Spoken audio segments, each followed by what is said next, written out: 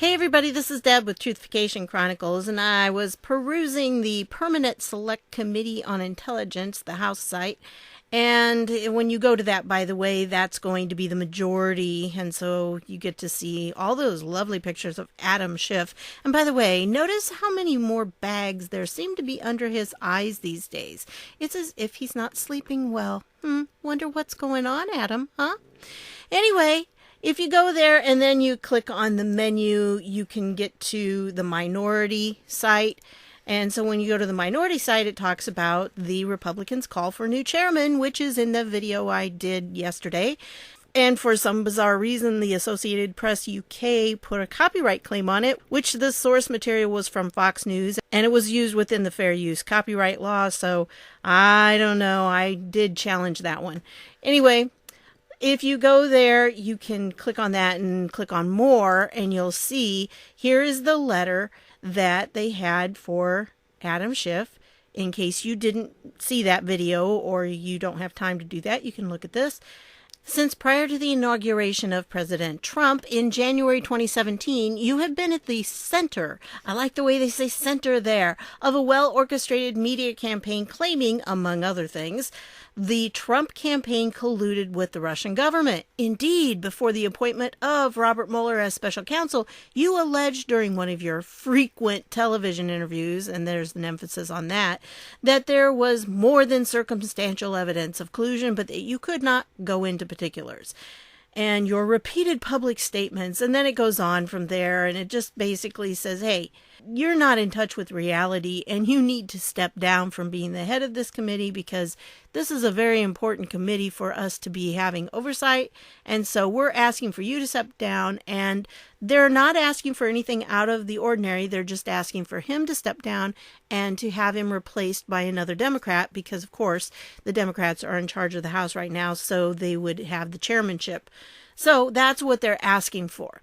Now, that letter is not necessarily just because they don't like Adam Schiff or because of recent events. This has actually been brewing for quite a while. I mean, ever since Adam Schiff took over as chairman of this committee. And one of the things that kind of instigated it a while back in February was this letter right here that Adam Schiff put out, and the Washington Post, of course, published. And so remember, anything you read on here is from the Washington Post, so definitely a left-wing bias big time on this. And it was his open letter to his Republican colleagues. Okay? And so he's trying to persuade. See, he doesn't have near the bags under his eyes that he has now. I think the man's not been sleeping well. I think he knows his time is short. Anyway, so he goes through. I'm not going to read this whole letter, but wow, if you really want to read something, this is a moment of great peril for our democracy. Our country is deeply divided. Yeah, because of what you guys are doing and your whole idea with the big conspiracy theory that there's Russia collusion going on. And he goes on and says all this stuff, and, you know, that Russia has been trying to interfere with our elections and all this stuff. But he goes down here, and after he says a bunch of stuff that, you know, Putin couldn't make us distrust our own intelligence agencies or the FBI, and he couldn't make us view our own free press as an enemy of the people. Yeah, free press that keeps lying to us. And FBI agents who did something they weren't supposed to and who weaponized the FBI to target a campaign of a person they didn't want to win. And so, you know, it just like and undermine the independence of the Justice Department or denigrate judges. Oh, you mean like the Ninth Circuit Court, where they always seem to make their decisions based on liberal values instead of what the Constitution and our laws actually say? And 80% of the time they're overruled by the Supreme Court? Yeah. No, that's just Putin doing that, right? He's denigrating the judges. It's not that the judges are doing anything wrong. Oh, I mean, see, this is his logic. And for those of you who are maybe not spiritually oriented, there is a thing called Luciferianism. And Luciferianism takes the idea that Lucifer, who is the other name for Satan, I mean, that was his original name before the fall and before he rebelled against God, And Lucifer becomes the good one, the angel of light, and God becomes the bad guy. And that is how Luciferianism looks at the world. So things that most people who have grown up in a Judeo-Christian background see as good, they call evil. And things that we see as evil, they call good. There's a verse in Isaiah 5:20 that says, "Woe to those who call good evil and evil good." And I'm afraid, woe to you. You're going to have a lot of woe coming to you in very short order here. Anyway, he talks about this and he says, "One force stands out as an accelerant like gas on a fire, and try as some of us might to avoid invoking the arsonist's name, we must say it. I speak, of course, of our president, Donald Trump." I mean, serious. Can you believe this? This was published in a big name paper, Washington Post. Well, big name website, media website. Anyway, he goes on, and it was basically he was doing this because that was when Trump declared a national emergency. This was published on February 21st.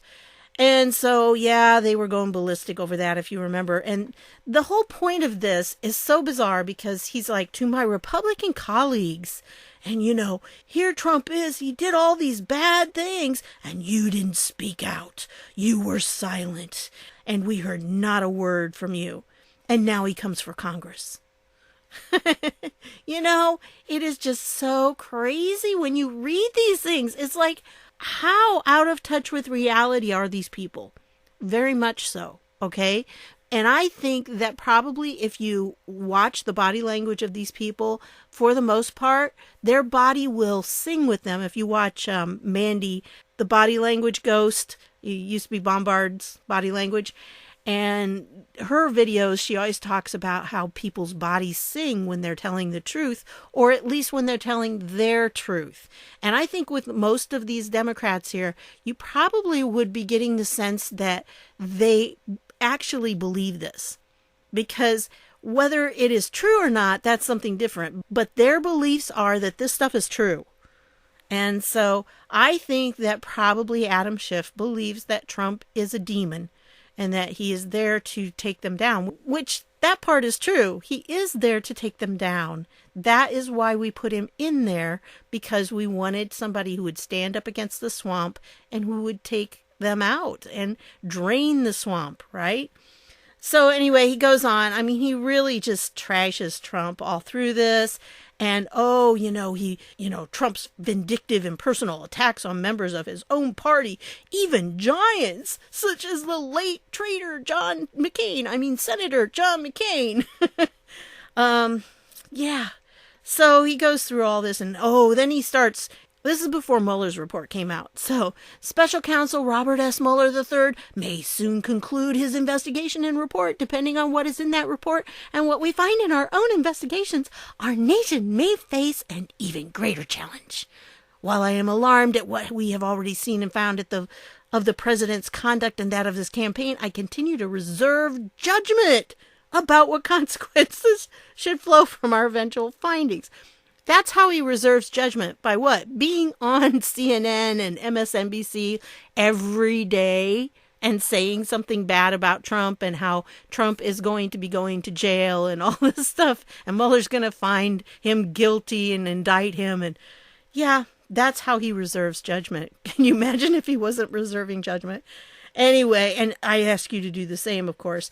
And then, of course, he's calling Trump unconstitutional, and this was primarily probably because of that declaring a national emergency. But nothing Trump has done has been unconstitutional. He has been extremely meticulous to try to make sure that everything they do is by the book, or by the Constitution, if you want to say it that way. Everything has been very constitutional, and every action that Trump has made as president has been according to our laws and our Constitution. 100%. He has been very careful about it. So the idea that calling him unconstitutional, of course, that's what all the Democrats are saying, but we know that's not true.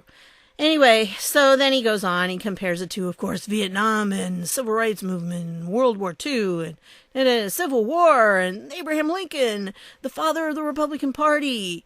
and that surely, but as long as we must endure the present trial, history compels us to speak and act our conscience, Republicans and Democrats alike. So this was his call to try to get Republicans to defect.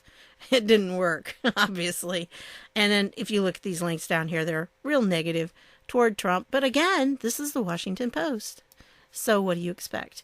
So that is his letter. As always, all the links will be down below, so you can read the whole thing for yourself if your stomach's up to it. It's kind of funny when you're reading it because it's just so ludicrous. And it's like, how are these people not in like an insane asylum by now? I just don't get it. Anyway, what I really wanted to show you in this one is a little clip from this. If you go to the minority page and you go to the videos, you'll find these. And there's some videos here. This is the guy who talked about being a doctor and how when he was in his campaign, during his campaign, he still treated patients and he could still do surgeries and things because he was not elected yet. And it's when they are elected that then the rules change. And so when Adam Schiff is complaining about Trump looking into building like a Trump Tower over in Moscow, that was not illegal, because he wasn't assured of winning the presidency. He didn't know for sure if he would or not. And if he didn't, then he would continue on as a businessman. And so there was no need for him to give up his business until he was actually elected. And that was when things were taken care of. And so he did a good job there. His statement is in that video that I put up yesterday. And then this was a good one here too, where he was talking with Martha McCallum. And it was a good interview. It was on the 26th, and he mentioned the criminal referrals.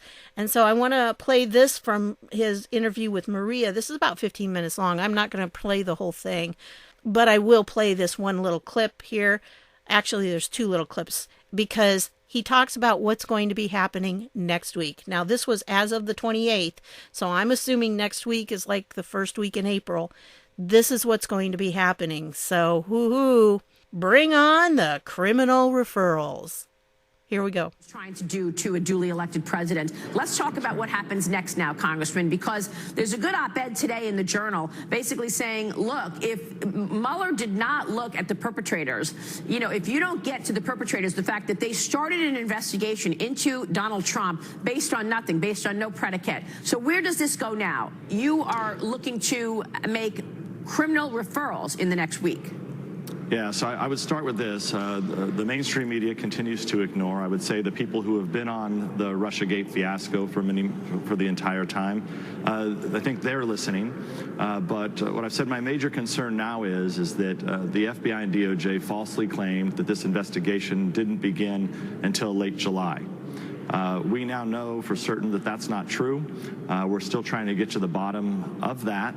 Of course, there's still documents that need to come out, but we are prepared and are now drafting a criminal referral. As I think I said on your show a few weeks ago, we wanted to wait until the Mueller report came out so that we could just, if there was anything in there that might be of interest, but I think we're prepared now to at least submit our first criminal referral. We think it will grab everybody that we need to grab to make sure that there's a proper investigation done, or at least it's our referral over to DOJ. We can't force them to do an investigation, but we think we will give them the appropriate names and some of the crimes. There may be more that have been committed. And then as we continue to get more information, as more information comes to light, we may have to supplement that down the road. But we think by the end of next week, we'll have this out. Well, dossier got to the bottom of that. Real quick before you go, you're suing Twitter, and you're going to be suing other media companies as well.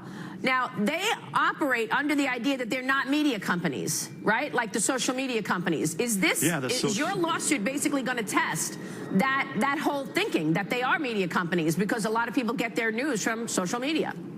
Yeah, the social media companies in this country, and the tech oligarchs, as I call them, they're operating with very special deals. They're not treated like your company is, like Fox is.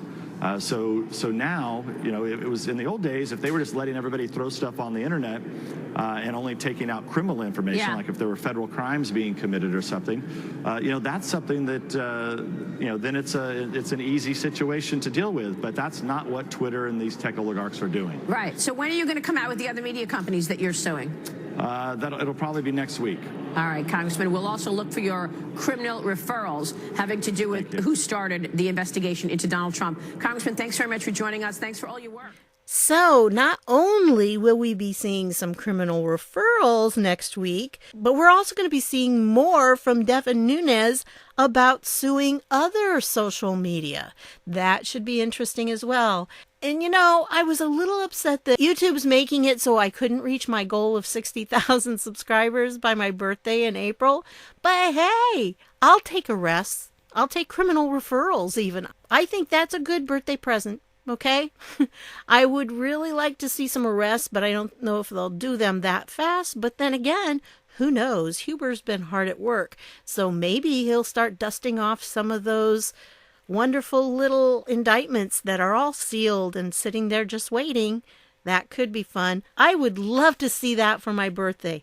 So anyway, that's what I've got for you tonight. I want to thank you for stopping by, and I'll see y'all later.